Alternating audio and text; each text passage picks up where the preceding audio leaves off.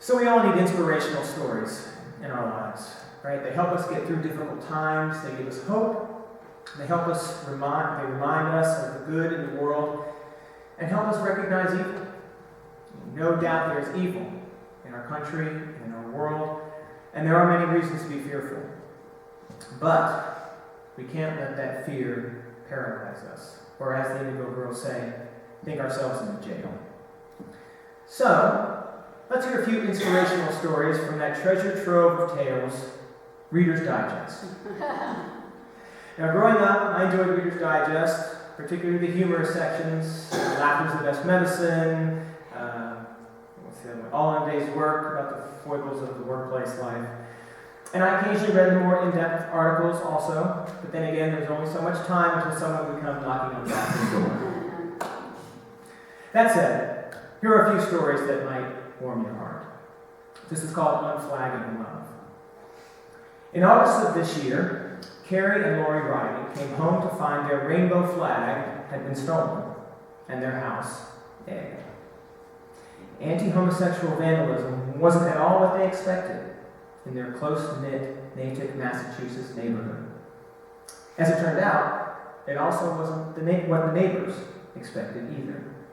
Quote, "We said, why don't we all have the flags? They can't take them all from us," unquote, said Dennis Goggin of the told Boston Globe.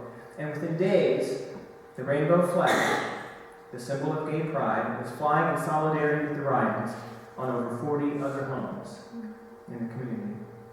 Quote, "One person's act of fear and maliciousness created such a powerful statement of love. Love wins, we win," unquote. This one's called Splitting the Check. Americans donate approximately 2% of their disposable income to charity. And then there are Julia Wise and Jeff Kaufman. Since 2008, the couple, now 31 and 30, respectively, have donated half their income to charity, a total of $585,000. Quote, "We have what we need, so it makes sense to share with other people," unquote, Wise told Today.com. Now, Wise is a social worker and Kaufman is a computer programmer, who makes decent money, but still, they plan on passing on their philanthropy buck to their daughters, 2-year-old Lily and 6-month-old Anna. Quote, "We hope they'll grow up thinking this is a normal part of life," unquote, Wise said. The getaway. There was a jailbreak in Parker County, Texas, and in June, a correctional officer is alive because of it. Inmates were awaiting court appearances in a holding cell when the officer watching over them collapsed. The inmates called out for help, and when none appeared, they used their collective weight to break down the cell door. And rather than making a run for it, they went to the officer's aid, still yelling for help. One even tried the officer's radio. Eventually, the guards heard the commotion and came in. After placing the inmates back in the cell, CPR was performed on the stricken officer, saving his life. Quote, "It never crossed my mind not to help, whether he's got a gun or a badge," unquote, inmate Nick Kelton told the local TV station. He said, quote, "If he falls down, I'm going to help him," unquote. The last one is, you don't learn this in college.